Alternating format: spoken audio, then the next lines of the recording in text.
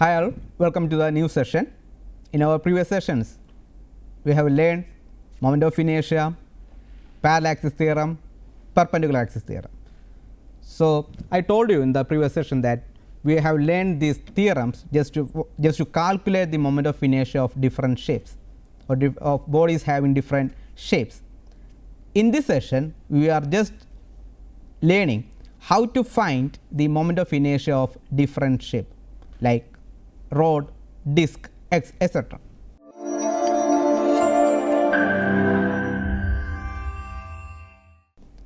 So, this is the topic. First, we will learn the steps, important steps to calculate the moment of inertia of different bodies having different shapes. Then we will take particular shapes like we will learn the moment of inertia of thin uniform rod, moment of inertia of a rectangular lamina, and the moment of inertia of a uniform bar of rectangular cross section.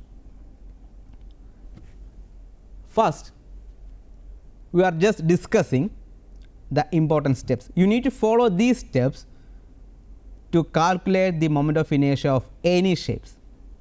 So, we need to stick on the steps and we need to apply the formula based on their geometry. That is it. The first step is, suppose you want to find out the moment of inertia of a rigid body. Here you can see a rod. If you want to find out the moment of inertia of that rod, first you need to do is you just consider a small element of infinitesimal mass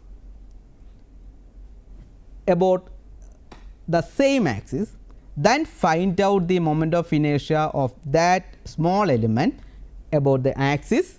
So, this is the first important step. So, you need to identify a small element in the body and then find out the moment of inertia of that small element about the same axis of rotation. So, obtain the expression for the moment of inertia of an infinitesimal mass of the given body about the given axis. In this particular example, I am just considering a small element of infinitesimal mass dm, which is at a distance of x from the given axis. So, what is the moment of inertia? That infinitesimal small change in the moment of inertia dI equal to it is dm into x square. So, first you need to obtain similar expressions in all the shapes you are going to learn. Second step is the expression is then integrated over the limits depending on the shape of the body. So, second you need to do the integration of the above expression. So, integrate the expression because we are just considering a small element and you know the body is made up of a large number of such particles. So, just sum or just take the sum of that particles in the, since the body we are just considering a continuous structure, we are just using the integration. So, integrate the above expression. So, in the previous case you know the expression is dm x square. So, here we need to integrate the expression between the limits. Here we just took the limit as minus L by 2 to plus L by 2 because we are considering a rod of length capital L. So, at this side it is minus L by 2 and at this side it is plus L by 2. So, take the limit as minus. So, this is for this case and you just change the limit based on the geometry of the body. And the third step is whenever necessary use parallel axis or perpendicular axis theorem. Suppose you know you want to find out the moment of inertia about CD. So, this is a question and if you know the moment of inertia of the body or somehow you calculated the moment of inertia of the body about this axis which passes through the center of mass, then use parallel axis theorem if you want to get the moment of inertia about CD. So, these are the three important steps you need to follow. First one, obtain the expression of moment of inertia of that small element, then integrate the expression, then use the parallel axis or perpendicular axis theorem whenever necessary. So, with these steps you can find out the moment of inertia of any shapes. Just use these three logics. Okay. So, first we are going to find out the moment of inertia of a thin uniform rod. So, this is our first example. So, consider a uniform rod of length capital L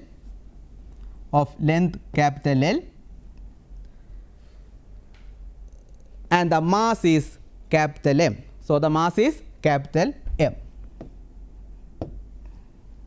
Here we are just considering another term also, linear density, which is mass per unit length. Here let rho be the linear density rho, and it is given by mass per unit length. So, m is the mass of this rod and the length is capital L. So, m by L will give you the linear density.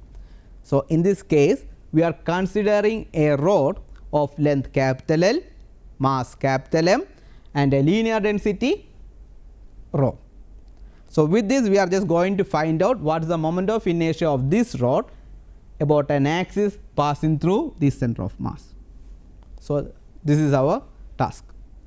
So, just remember those steps. First we need to find out, or we need to identify a small element. So, we need to identify a small element of mass dm which is at a distance of x from the axis of rotation. What next? You need to find out the expression for the moment of inertia about that small mass. So, moment of inertia of that small mass, which is I dash, is given by I dash equal to what? Product of mass and square of the distance between the axis. So, what is the expression for that mass? For that we introduce the term linear density. So, what is linear density? It is the mass per unit length. So, here we are just considering a small infinitesimal element of length dx. So, we are just considering a small infinitesimal element of length dx. So, that mass of that element will be what? It is rho into dx. It is rho into dx. So, this is very important. Rho is the linear density, mass per unit length. So, just multiply mass per unit length with the distance of that small element. So, rho dx will give you the mass of this small element. So, I dash equal to, what is I dash? It is the moment of inertia of that small element about the axis PQ, and it is given by mass into, mass is rho dx into distance square, it is x. So, rho dx x square will give you the moment of inertia of the element about the axis PQ. So, what is the next step? After obtaining that expression, we need to integrate, right, because the body is made up of large such elements. So, we need to integrate the expression between the limits. Here the limit is from minus L by 2 to plus L by 2. So, it is from 0 to L, or you can say minus L by 2 to plus L by 2. So, next we are just going to find out the moment of inertia of this rod AB about the axis PQ. For that we are just writing the expression I, which is equal to, we need to integrate this expression from minus L by 2 to plus L by 2. So, integrate minus L by 2 to plus L by 2 rho x square dx. Here you can see the integration is same, from the value will be the same from minus L by 2 to 0 and from 0 to L by 2. So, it is better you just integrate the expression from 0 to L by 2 and take the twice of that answer. So, it will take the form 2 into integral 0 to L by 2 rho x square dx. It is 2 into integral 0 to L by 2 rho x square dx. Just integrate. So, here rho is constant. So, take the rho outside. What is x square dx? X cube by 3 and apply the limits. So, it becomes 2 rho x cube by 3 within limit 0 to L by 2, within limit 0 to L by 2. Just apply the limit. So, it is L cube by 8 divided by 3. So, it becomes 2 rho L cube by 8 into 3 24, and the lower limit it is 0. So, it becomes 2 rho L cube by 24. So, it is 2 24 cancel out. So, it becomes rho by 12 and we know what is m. M is given by, so m is given by, rho is given by m by L, total mass by length. So what is m? It is rho into L. So just take that rho L so as a group, so that it becomes rho into L remaining L square by 12, rho into L square by 12. What is rho into L? Rho into L is m, which is the total mass of the body. Rho into L is m, which is the total mass of the body, and the next term is m L square by 12. So this is the moment of inertia of this rod of length capital L, mass capital M, about the axis which pass through the center of mass. So this is how we can arrive at the expression. So we got I equal to m L square by 12. You need to by heart all these formula. So moment of inertia of the rigid rod about an axis passing through its center and perpendicular to its length is m L square by 12. And the next, we need to find out the moment of inertia of the same rod but about a different axis. I told you the moment of inertia of the body may vary. At first we learned the moment of inertia of the thin rod about an axis passing through its center and perpendicular to its length. Now we are just finding out the moment of inertia of the same rod but about an axis passing through one end of the rod and perpendicular to its length. So it is passing through one end of the rod and perpendicular to its length. So here we are going to find out the moment of inertia of the rod about CD. How can we find out that one? What is the moment of inertia of the rod about CD? So just use parallel axis theorem, because we know the moment of inertia of the rod about this axis passing through center of mass. What is that? ICM. So ICM as m L square by 12. We just derive this expression, ICM equal to m L square by 12. So by parallel axis theorem, the moment of inertia of this rod about an axis passing through one end and perpendicular to its length equal to ICM. It is m L square by 12 plus what next? Product of total mass and square of the distance between the axes. So it is m into, what is the distance?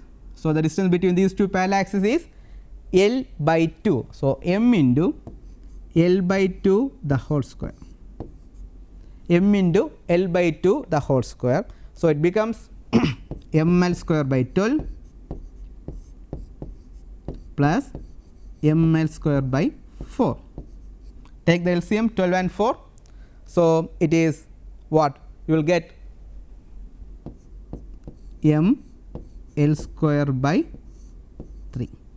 It is m L square by 3. Take the LCM as 12 and just rearrange the term. So you can arrive at the moment of inertia of the same rod about another axis which passes through one of its ends and parallel to the former one is given as m L square by 3. This is why we have explained that the moment of inertia of the same body may vary. In the previous case we obtained the expression as m L square by 2, but here the expression is m L square by 3 based on the new axis. So if you while learning the thing, you have to take care of the position of the axis also. Don't learn that the moment of inertia of the rod is m L square by 12 or the moment of inertia of the rod is m L square by 3. You have to specify the axis. Moment of inertia of the rod about an axis passing through its center and perpendicular to its length is m L square by 12. Moment of inertia of the same rod about one of its ends is m L square by 3. So this is all about the moment of inertia of that thin uniform rod. We can consider the next shape. It is moment of inertia of a rectangular lamina. So lamina is nothing but a piece of paper. So this is an example for lamina. So here we need to find out the moment of inertia of a thin rectangular lamina about an axis perpendicular to its plane and passing through its center of mass. So, you have to find out the moment of inertia of the lamina perpendicular to its plane. So, in this fashion, perpendicular to its plane and passing through the center of mass. For that, we are just considering a rectangular lamina of mass capital M, length small l, breadth small b. So, we are just considering a lamina of mass capital M, length small l and breadth small b. Here we are considering another term sigma, which is the mass per unit area of the lamina. In the previous case, we took linear density, mass per unit length. Here we are just taking mass per unit area. So, sigma equal to mass by area. So, what is the area of the lamina? L into B. So, sigma equal to M by LB, or what is mass? M equal to sigma into LB. Mass equal to sigma into LB. So, finding out the moment of inertia of the lamina about an axis which is perpendicular to its plane, we are just considering two axes y dash and x dash intersect at C. Okay. Here we are just considering an axis y dash which is parallel to the side CB, another axis x dash which is parallel to the side CD, and we are just considering a small strip. We are just following those steps what we have discussed earlier.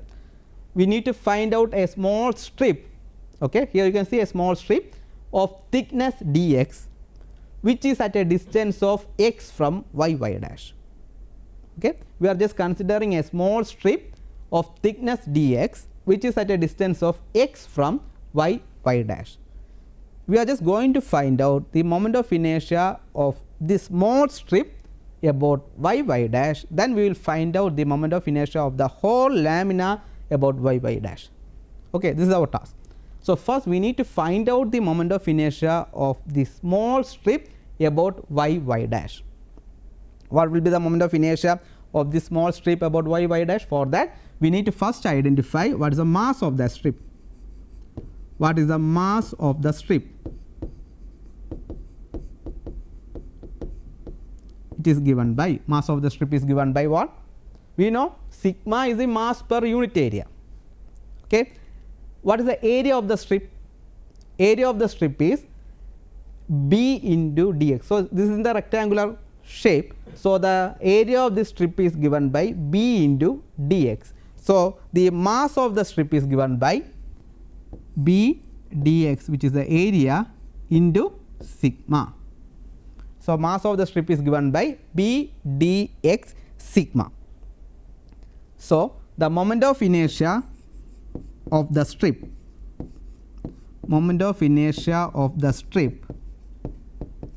equal to about y dash.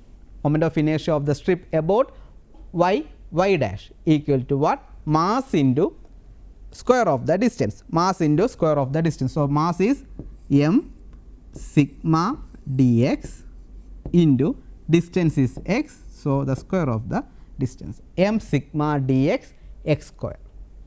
So, this is the moment of inertia of the strip about y dash.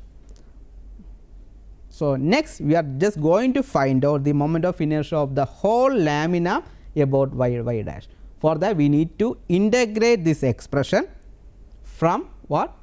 Minus L by 2 to plus L by 2, or just integrate the expression from 0 to L by 2 and take the twice of the answer.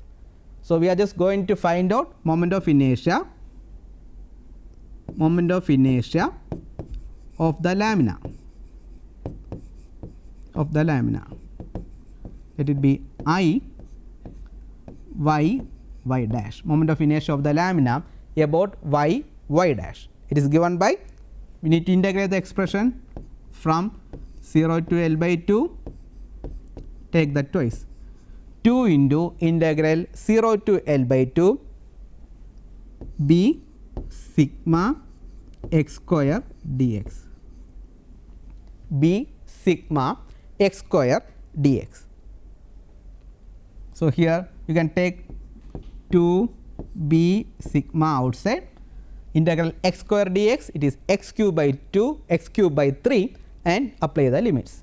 So, it is x cube by 3 from 0 to L by 2, x cube by 3 from 0 to L by 2. So, it is equal to 2b sigma L cube by 8 by 3. So, it is L cube by 24.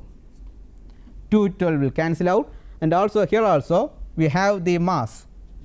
Mass is given as sigma L b. Okay. So, sigma L b, we need to that write we need to common those terms. It is equal to 2 into sigma L b, which will give you the mass, then L square by 24. So, 2 to 24 will cancel out, sigma L b will give you the total mass. So, it is given by m into L square by 12. So, the moment of inertia of the lamina about y dash equal to m into L square by 12. Similarly, you will get the moment of inertia of the same lamina about x dash, which is given by, you can follow the similar steps and you can arrive at the expression m b square by 12. So, the expression is m b square by 12. So, it is m L square by 12 for I y dash, and this is for I what x dash. Now, see, these are two axes which are right angles to each other, and the first one, the moment of inertia of the lamina about the first axis is m L square by 12, and the second one it is m b square by 12. We need the moment of inertia of the lamina about an axis perpendicular to these two and passing through the point of intersection of these two. So, just use the perpendicular axis theorem. So, as per perpendicular axis theorem, the moment of inertia of the lamina about an axis perpendicular to is plane. This is what we require. I equal to the sum of, it is I y dash plus I x dash, which is nothing but m L square by 12 plus m b square by 12, or it is nothing but m into L square plus b square by 12. So, this is the moment of inertia of the lamina about an axis passing through the center of mass and perpendicular to its plane. So, it is very important you just learn all these formula very thoroughly. It is very important that the axis is very important. So, with this I am just concluding. We will see the moment of inertia of other shapes in our next session. Thank you. Bye for now.